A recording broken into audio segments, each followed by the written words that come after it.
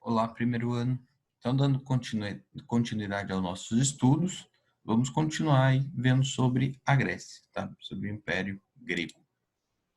Na aula passada, a gente comentou sobre o período pré-homérico, que é o período de formação da sociedade grega, né? Falamos de vários povos ali que se foram formando na região, povos que foram chegando com o tempo, enfim, né? Toda a movimentação populacional da Grécia. Hoje nós vamos para o segundo período histórico da Grécia, o período homérico. Esse período não tem muita coisa, vamos dizer assim, para se comentar, tá? Como eu posso dizer, é um período meio que obscuro dentro da história da Grécia, tá? Os únicos registros históricos, vamos dizer assim, confiáveis, entre aspas, eu já vou explicar por quê, o entre aspas, dois livros de Homero, Ilíada e Odisseia, tá? Esses dois livros são praticamente as únicas fontes históricas desse período da história da Grécia. Então, é um conteúdo, essa aula, né, vai ser bem tranquila mesmo. Ela é até meio rápida, porque não tem muita coisa assim para se falar, né, tirando essas duas obras, que a gente vai comentar um pouquinho sobre elas, mas é o que leva mais tempo. O resto é bem tranquilo e acho que não vai ter dificuldade nenhuma nessa aula. Daí a próxima aula já é período arcaico. Daí o arcaico já é um pouquinho mais complicado, porque daí a gente vai comentar algumas características das principais cidades, né? Focando mais em Esparta e em Atenas. Mas essa aula é bem tranquila. Eu quero, né, cada aula falar de um período, tá?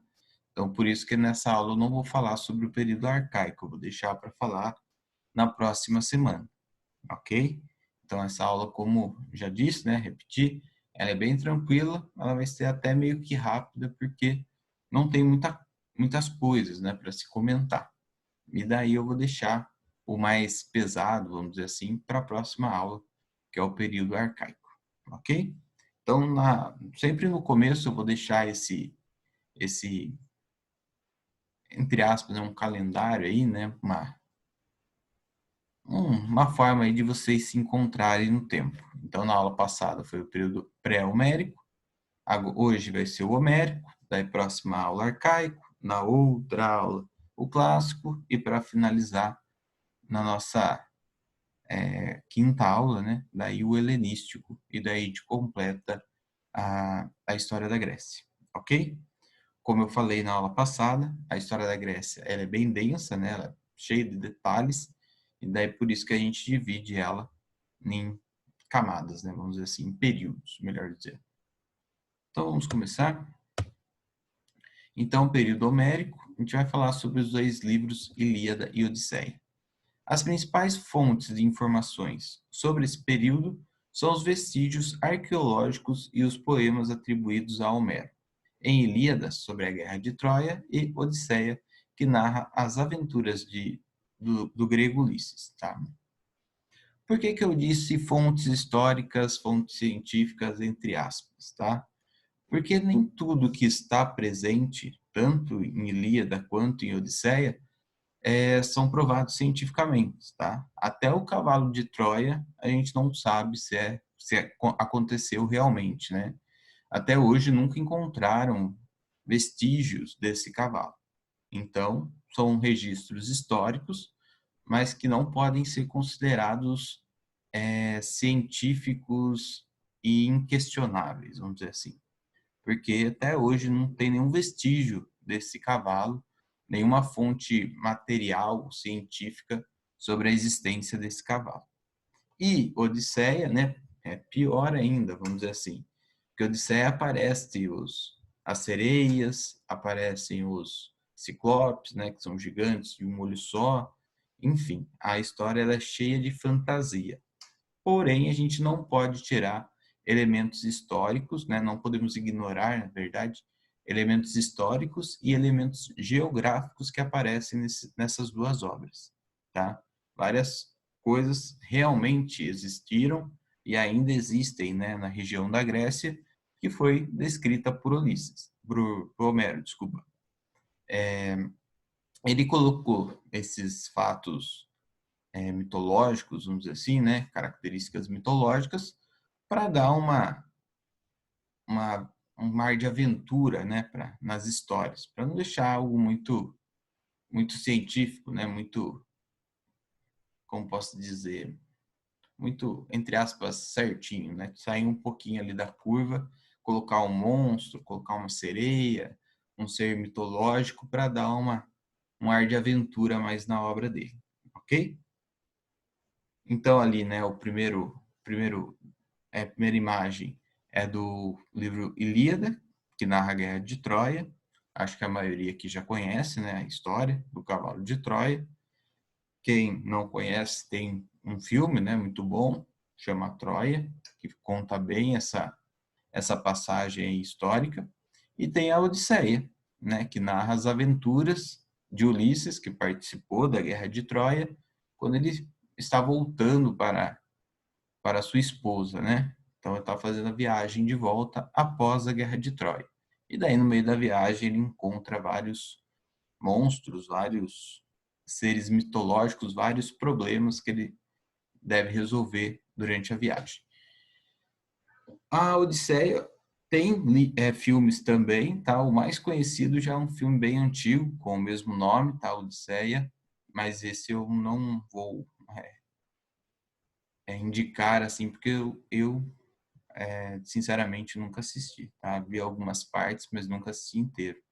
Então, não vou indicar esse filme. Agora, o Troia, sim. O Troia já assisti várias e várias vezes e eu indico. O filme é muito bom, por sinal. A gente vai ver um vídeo, tá? Que fala um pouquinho sobre essas duas obras, Ilíada e Odisseia, e também fala um pouquinho sobre o autor, o Homero. Peço a atenção de todos. Vamos lá.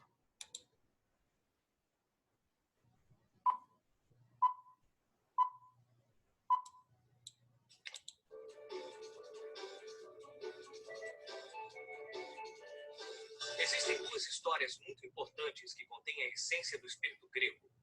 Tcharam! A Ilíada e a Odisseia.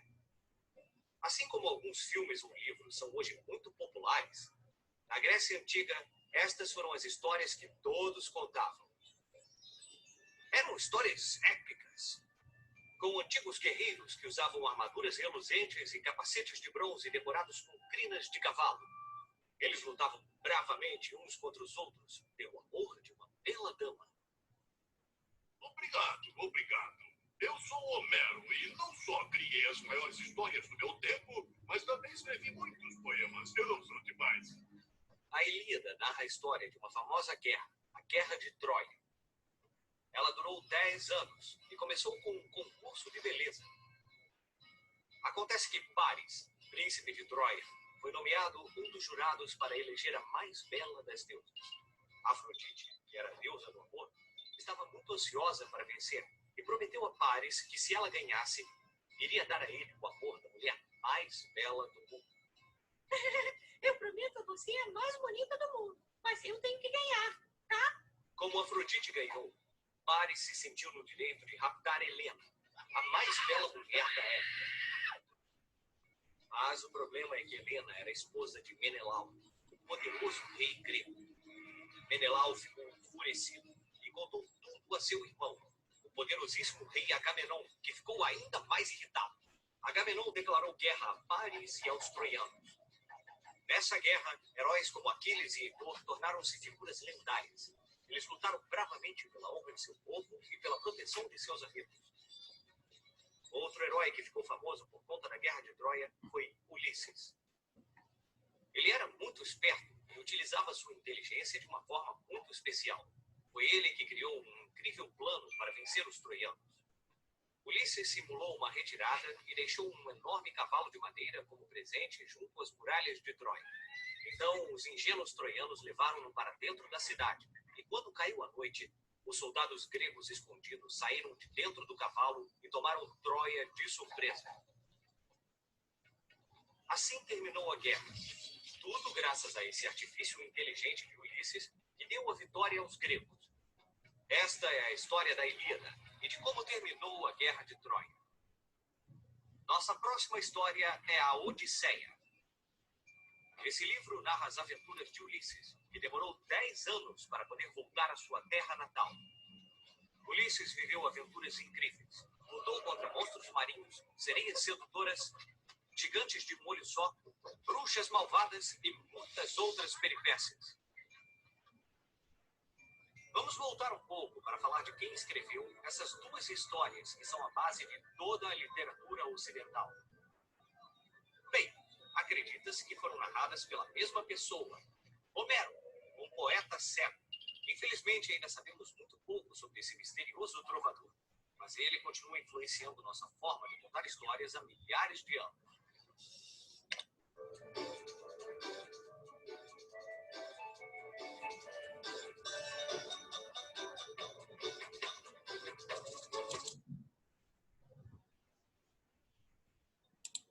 Então, eu espero que tenha dado para ouvir a história.